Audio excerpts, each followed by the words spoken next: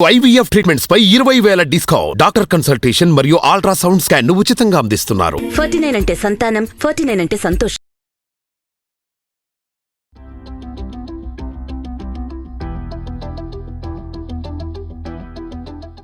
Welcome to Suman TV.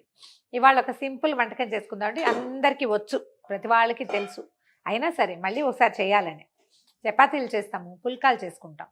ఇదివరకు అంతా చపాతీలే ఉండేవండి, అసలు పుల్కాలు మన వైపు లేదు. సుఖా రోటీ తింటామంటే అదేంటో కష్టంగా ఉండేది. ఇప్పుడు అందరం సుఖా రోటీలే తింటున్నాం, వెయిట్ తగ్గుతామన్న ఫీలింగ్ తోటి.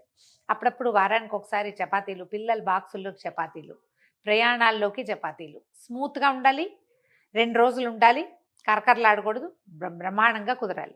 ఎలా చేయాలి? చాలా సింపుల్గానే 2 మెథడ్స్ చేయొచ్చు. ఒకటి వేడి నీళ్ళు పోసి పిండి కలపటం, రెండోది చల్ల నీళ్ళు పోసి పిండి కలపటం. ఈ రెండిట్లలో ఏ మెథడ్ యాప్ చేసినా కూడా చపాతీలు మెత్తగా మృదువుగా వస్తాయి. పాలు పోసి కలుపుకోవచ్చు, అరటిపండు వేసి కలుపుకోవచ్చు. మనకి ఏ మెథడ్ బాగుందనిపిస్తే, అంటే ఆ పూటకి మనకు నచ్చితే అది చేయొచ్చు. పర్టికులర్గా ఇది చేస్తేనే కరెక్టు, ఇంకోటి చేస్తే కరెక్ట్ కాదు, ఇలాంటి భావాలకు వెళ్ళకూడదు. ఈ 4 చేయొచ్చు. అరటిపండు వేసి కలిపినా మెత్తగా వస్తాయి. అరటిపండు వాసన మనకు నచ్చాలి. ఒకటి నెయ్యి బాగా కాస్త నెయ్యి నూనె బాగా వేసి కలిపితే అవి కూడా మెత్తగా వస్తాయి. నెయ్యి నూనె వద్దు, పైన వేసుకుంటాం అంటే హాట్ వాటరు లేకపోతే కోల్డ్ వాటరు, ఫ్రిడ్జ్లో నీళ్ళు ఉంటే కలుపుకోండి, చక్కగా వస్తాయి. లేదా కాసిన నీళ్లు వెచ్చబెట్టి వేడి నీళ్ళు పోసి కలిపినా కూడా చపాతీలు చక్కగా వస్తాయి. పుల్కాలకు కూడా మనం ఈ 2 మెథడ్స్ వాడుకోవచ్చు. మెత్తటి చపాతీలు రెండో రోజు కూడా అదే సాఫ్ట్నెస్ తోటి ప్రయాణాల్లో పట్టుకెళ్ళటానికి వీలుగా ఎలా చేయాలో చూద్దాం. ఎంత గోధుమ పిండి మనకి రొట్టెకి సుమారుగా 1 స్కూప్ సరిపోతుంది. ఉంగరాలు అవి ఉంటే 2వ వేలుకి పెట్టుకోండి, లేకపోతే గోధుమ పిండి పట్టేస్తుంది. ఇందులో ఉప్పు, నేనైతే చపాతీల్లో ఉప్పు వేసి అలవాటు లేదండి నాకు. అంటే సభికుల కోరిక మీద ఉప్పు వేస్తున్నాను అంతే.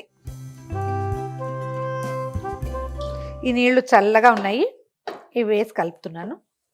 మీరు వేడి నీళ్ళు పెట్టుకోవచ్చండి, బాగుంటుంది. మరీ హాట్గా చేయకూడదు, ఒక మాదిరి వేడి. దీంట్లో మనం ఈ పిండి కలిపేటప్పుడే కొంచెం ఆయిల్ కానీ నెయ్యి కానీ వేసుకుంటే బాగా వస్తాయి. పైన కూడా వేస్తాము, మళ్ళీ చపాతీ కాల్చేటప్పుడు వేస్తాం కదా. ఒక గోధుమ పిండికి ఎన్ని నీళ్లు పడతాయి అనేది శాస్త్రం ప్రకారం చెప్పడం చాలా కష్టం అండి. ఎందుకంటే మనం ఆశీర్వాద ఆటాలు అవి తెస్తే ఒక రకంగా, మనమే ఇంట్లో గోధుమలు బాగు చేసి పట్టించుకుంటే ఒక రకంగా, అట్లా నీళ్ళు ఎక్కువ తక్కువ పడతాయి. కాబట్టి కొంచెం స్మూత్, ఇగో ఇలా అలా వేలు దిగేలాగా చేస్తే చాలు. సరిపడాన్ని నీళ్ళు పోసుకోండి. ఎప్పుడూ చపాతీ పిండికి బాగా ధారాళంగా మర్దన చేయాలి. ఎంత మర్దన చేస్తే అంత స్మూత్గా సాఫ్ట్గా వస్తాయి. మీరు పుల్కాలకైనా మర్దనే, చపాతీలకైనా మర్దనే. మీరైనా పరోటాలు అలాంటివి చేయదలుచుకుంటే దానికి ఇంకా ఎక్కువ మర్దన, మన శక్తి అంతా దాని మీద పెడితే కానీ బాగా రాదు. ఒక్క 10 నిమిషాలు, పావు గంట సేపు పిండిని నిలవబెట్టండి. దీని మీద ఏదైనా చిన్న క్లాతో, లేకపోతే క్లాతులు మనకు అలవాట్లేదు అనుకోండి, ఒక చిన్న మూత పెట్టి ఒక 10 నిమిషాలు వదిలేస్తే పిండి కొంచెం నానిన కొద్దికి ఆ జిగురు సాగే లక్షణం పెరుగుతుంది. గోధుమ పిండి కలిపి మూత పెట్టాను కదా, చూడండి పూర్తిగా పాళంగా అయింది. ఇలా ఉంటే చాలు. ఒక్కొక్కళ్ళు కొంచెం ఇంకా కాస్త లూజ్గా చేసుకునే అలవాటు ఉంటుందండి, అలా మీ అలవాటుని బట్టి చేయొచ్చు. కానీ ఇలా ఉంటే బాగుంటుంది, బాగా కంఫర్టబుల్గా స్ప్రెడ్ అవుతుంది. ఉండలు చేసుకుందాం, చిన్న చిన్నవి మనకు కావాల్సిన సైజులో ఉండ చేసి పెట్టుకోవాలి. మొదట ఎన్ని అవుతాయి చూద్దాం. దీంతో నేను కొంచెం చిన్న సైజే చేస్తాను, జనరల్గా నాకు అలవాటు. పుల్కాలు కూడా చిన్నవే, కావాలంటే ఇంకోటి ఎక్స్ట్రా తింటారు అలా అనిపిస్తుంది అనమాట. ఇది పెద్ద పెద్దవి ఒత్తి ఫుల్గా చేయకుండా కొంచెం మీడియం సైజ్ చేస్తాను.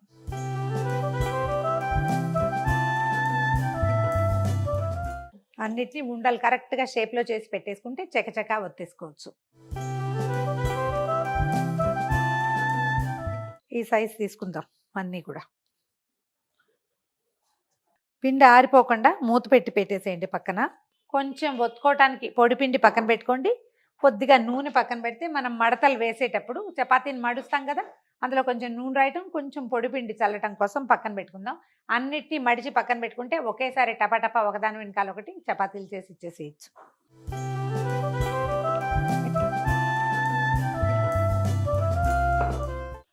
కొద్దిగా నూనె రాద్దాము.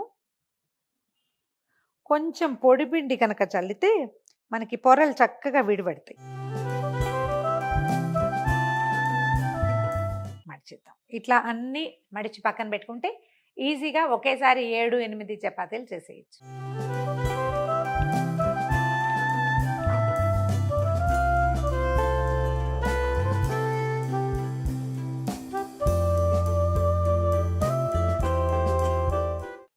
మీరు కావాలంటే నెయ్యి కూడా రాసుకోవచ్చండి.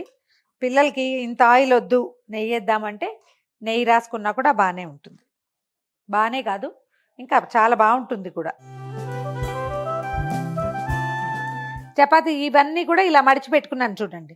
ఇంకా పెద్దగా డ్రై అయిపోతుందన్న భయం ఏం లేదు. మీ ఇష్టం. మనకి ఈ ట్రయాంగిలే పర్ఫెక్ట్గా ఉండాలంటే జస్ట్ కొసల మీదకి ఒత్తుకోవాలి. కొసల మీద ఒత్తితే మనకి ట్రయాంగిల్ షేప్ ఉంటుంది. అలా కాదు మనకి రౌండ్ వచ్చేసేయచ్చు, షేప్ మారిపోయినా ఏం పర్వాలేదు అంటే ఎట్లా పడితే అట్లా మామూలు మనం పుల్కా ఒత్తేస్తాం కదా, అట్లా ఒత్తుకుంటూ వెళ్ళిపోవాలి. నేను ఒత్తుతుంటే తిరిగేస్తోంది అనుకోకండి. అలవాటైతే పుల్కాలు ఒత్తే అలవాటుతోటి తిరిగేస్తుంది. నేను కూడా చపాతీలు తక్కువ ఇదివరకటి కంటే. ఇప్పుడు బాగా మానేసాం. ఆయిల్ మానేసే సిస్టమ్ ఒకటి వచ్చింది. ఈ సిస్టమ్ తోటి చపాతీలతో మళ్ళీ మడతలు వేయాలి, మళ్ళీ రాయాలి. హాయిగా పుల్కా అయితే టమాటా ఒత్తేయచ్చు కదా. రొట్టె దానంతట అది తిరగాలంటే ఇది ఎంత పాళంగా పిండి కలిపితే దానంతటది అది తిరిగేస్తుంది మన కర్రతో పాటుగా. అంతే. 3 కోణాలు వచ్చినాయి చూడండి. అంత పర్ఫెక్ట్ కోణాలు రాలేదు. ఇది లైవ్లోనే చేస్తున్నాం, ఏం అనుమానం పడకండి. ఎవరు చేసినా ఇలాగే వస్తుంది. ఒకవేళ పిండి ఎక్కువగా ఉందనిపిస్తే ఒక్కసారి దులిపేసేయండి. ఇట్లా ఏం సాగదు, ఏం అవ్వదు. చూడండి ఈజీగానే హ్యాండిల్ చేస్తున్నాం. ఉంగరాలు ఉంటే గీసేస్తాయి చూసుకోండి. పెనం కొంచెం వేడెక్కనిచ్చి వేడి పెనం మీద వేసేద్దాం. అది వచ్చే లోపల మనం ఇంకోటి ఒత్తుకుందాం. ఇట్లా డ్రైగా అయితే చాలు. తీసేస్తే రెండో వైపు వేసేయచ్చు. 2 వైపులా డ్రై అవనివ్వాలి. చూడండి 2 సైడ్స్ డ్రై అయిపోయిన తర్వాత అప్పుడు స్టవ్ మాత్రం సిమ్లో ఉంచుకోండి. కొంచెం అన్ని పక్కల ఆయిల్ వేస్తే చక్కగా కాలుతుంది. పైన కూడా కొద్దిగా నూనె రాద్దాం. నాకు ఇలా తిప్పేసే అలవాటేనండి. చేయి పెడుతున్నానని అందరూ చెప్తున్నారు, వేడిది ముట్టుకుంటున్నారు మీరు. ఏం కాదు, మనం చేస్తుంటే మనకు అదే అలవాటు అయిపోతుంది. ఎక్కువసేపు ఉండనివ్వద్దు. ఒకే వైపు అటు ఇటు తిప్పి అన్ని పక్కలా కాల్చేస్తే ఇది పొంగుతోంది చూడండి. స్మూత్గా చక్కగా ఉంటాయి చపాతీలు. ఇంకొంచెం నూనె కావాలి. పెద్దవాళ్ళు లైక్ చేస్తారండి బాగా ఆయిలీగా ఉంటే. అవసరమైతే వేయండి, లేకపోతే అక్కర్లేదు. ఇదిగో ఇట్లా డ్రై అయిపోని ఇచ్చామంటే కరకరలాడుతుంది. ఈ చెక్కలు రానివ్వకూడదు. అందుకని దాన్ని చూపించడం కోసమే చూపిస్తాను అనమాట. ఇలా రాకూడదు, ఇలాగే ఉండాలి. మొత్తం చిరిగిపోతుంది, అంత సాఫ్ట్గా ఉందన్నమాట ఇది.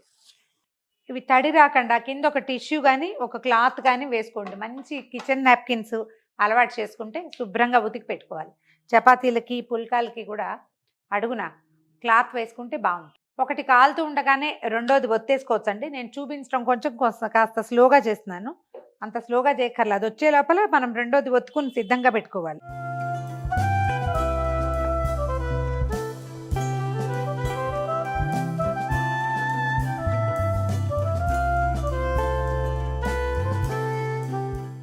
దీన్ని చింపుతాం చూడండి, ఎంత సింపుల్గా చిరిగిపోతుందో చూడండి. ఎన్ని పొరలు వచ్చినాయి, బోల్డ్ అని పొరలుగా వచ్చినాయి. పైది పైకి కిందది కిందకి వెళ్ళిపోయింది. ఇలా కాల్ చేసుకోవటమే అయిపోయింది, ఇంతే. దీంట్లోకి మీరు ఏ కూర వేసుకోండి, పప్పు వేసుకోండి, ఏది కావాలంటే అది. పిల్లల బాక్సుల్లోకి చేసేటప్పుడు మాత్రం జ్ఞాపకం పెట్టుకోండి, పొరల్లో కొంచెం నెయ్యి రాస్తే పిల్లలకి హెల్తీగా ఉంటుంది, మంచిది, కొంచెం బలం ఎక్కువ వస్తుంది. మీడియం ఫ్లేమ్ మీద ఉంచి కాల్ చేసుకోండి, ఎన్ని కావాలంటే అన్ని. మొత్తం మనం కలిపిన పిండి అంతా కాల్చేసాం. ఎన్నైనా ఇప్పుడు నేను చింపేసింది కాకుండా మొత్తం 8 రోటీస్ అయినాయి, 8 చపాతీలు. ఇదిగో ఆఖరి చపాతీ ఫస్ట్ చేసింది ఇది. చిరిగింది గుర్తుంది కదా, ఇదిగో స్మూత్గా వచ్చింది, చక్కగా నిలవ ఉంటుంది. ఇది నిలవ పెట్టినా ఏమి గట్టిగా అయిపోదు. వీటి పద్ధతి ఏంటంటే మనం ఎప్పుడైనా వీటిని క్లోజ్ చేసి అట్టి పెట్టేటప్పుడు ఈ అల్యూమినియం ఫాయిల్లో తిప్పేసి పెడితే ఒక రకం, లేకపోతే ఒక టిష్యూ కింద ఒకటి పైన ఒకటి వేసి ఎయిర్ టైట్ బాక్స్లో పెట్టండి, చక్కగా సాఫ్ట్గా ఉంటాయి. తడి పీల్చడానికి మనం టిష్యూ వేసుకుంటాం, లేదా క్లాత్ అయినా సరే. అది వాడటం అలవాటు చేసుకుంటే ప్రయాణాల్లో కూడా కొసలు మెత్తబడిపోకుండా నీరు వచ్చేయకుండా సాఫ్ట్గా ఉంటాయి. ట్రై చేసి చూడండి. ఈ వీడియో కనుక మీకు నచ్చినట్లయితే లైక్ చేయండి, షేర్ చేయండి. మరిన్ని ఇంట్రెస్టింగ్ వీడియోల కోసం సుమన్ టీవీకి సబ్స్క్రైబ్ చేసుకోండి.